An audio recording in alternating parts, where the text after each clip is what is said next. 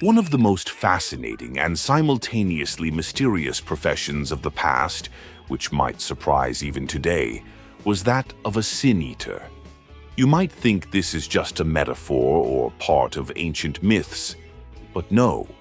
This role really existed in some cultures and even has its own history.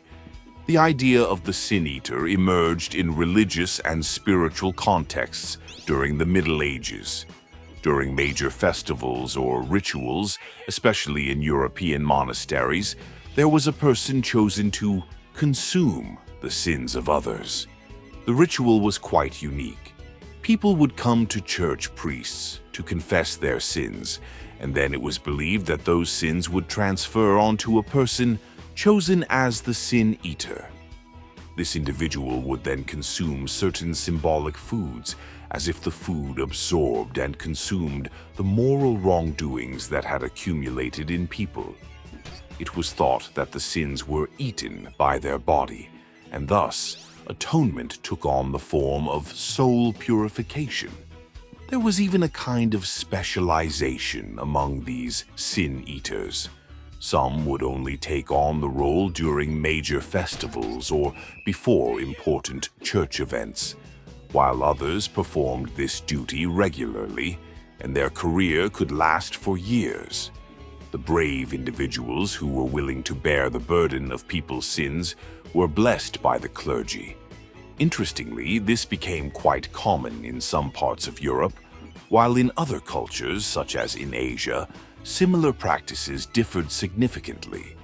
Despite how eccentric it may seem, this profession was probably not as simple as it might appear at first glance.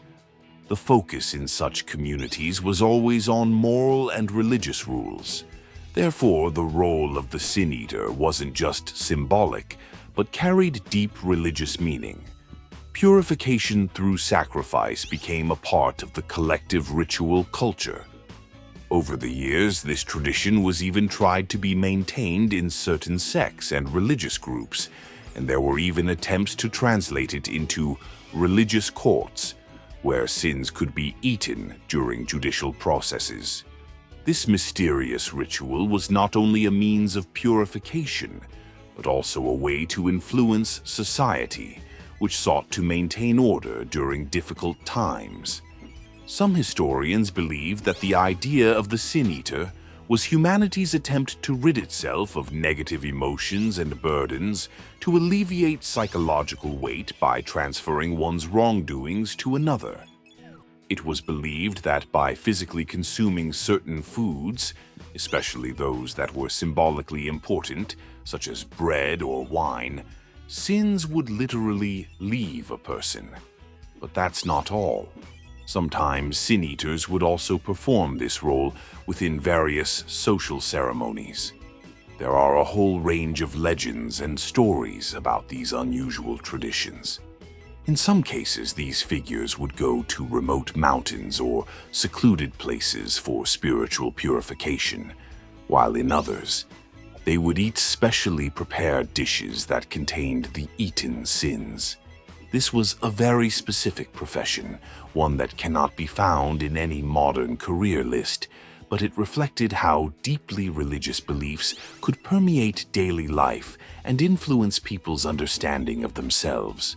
There are even legends that some sin-eaters gained extraordinary spiritual abilities, capable of influencing an entire community through their own efforts to cleanse the world of human flaws.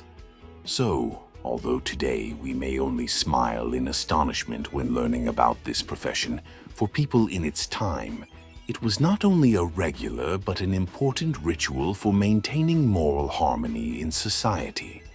This unusual ritual continues to spark curiosity among historians and lovers of mysterious cultural phenomena even today.